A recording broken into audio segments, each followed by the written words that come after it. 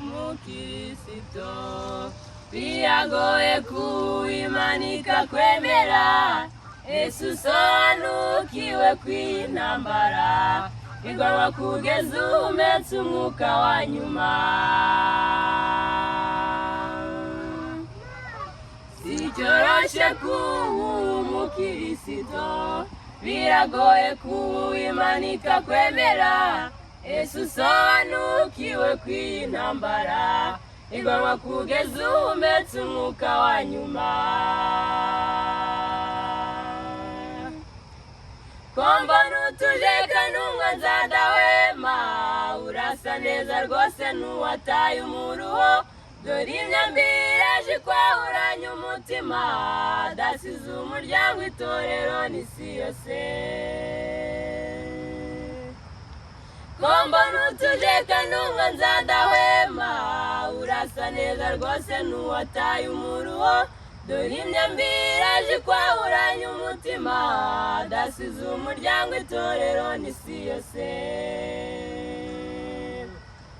igaruriye imitima myinshi y'abagize imiryango kuko azi neza ko itorero ariho rikomoka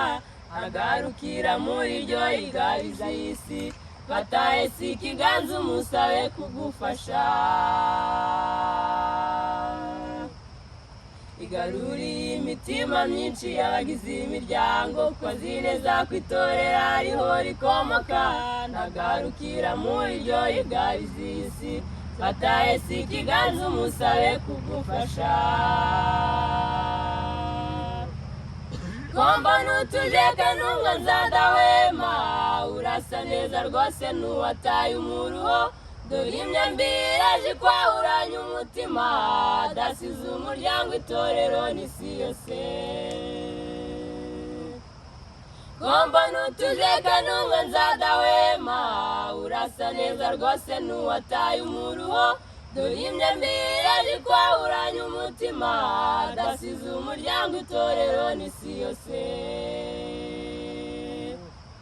imiryango wo kugaragaza Yesu ni ingorabahizi tukereza amategeko ye mu batizera dusabwa kuba inzandiko nzima ndetse zisomwa hose tukabimfashanyigisho mu badukikije hose imiryango wo kugaragaza Yesu ni ingorabahizi tukereza amategeko ye mu batizera dusabwa kuba inzandiko nzima ndetse zisomwa hose tukabimfashanyigisho mu badukikije hose ibyangombwa aho tubwira Imana urufatiro ibayobore mu majyano mu maza yanyu ingingo zanyu zizishimirwa n'abamarayika gasure kenshi babaha amahoro mvajuru ibyangombwa aho mubwira Imana urufatiro ibayobore mu majyano mu maza yanyu ingingo zanyu zizishimirwa n'abamarayika basure kenshi babaha amahoro mvajuru amen.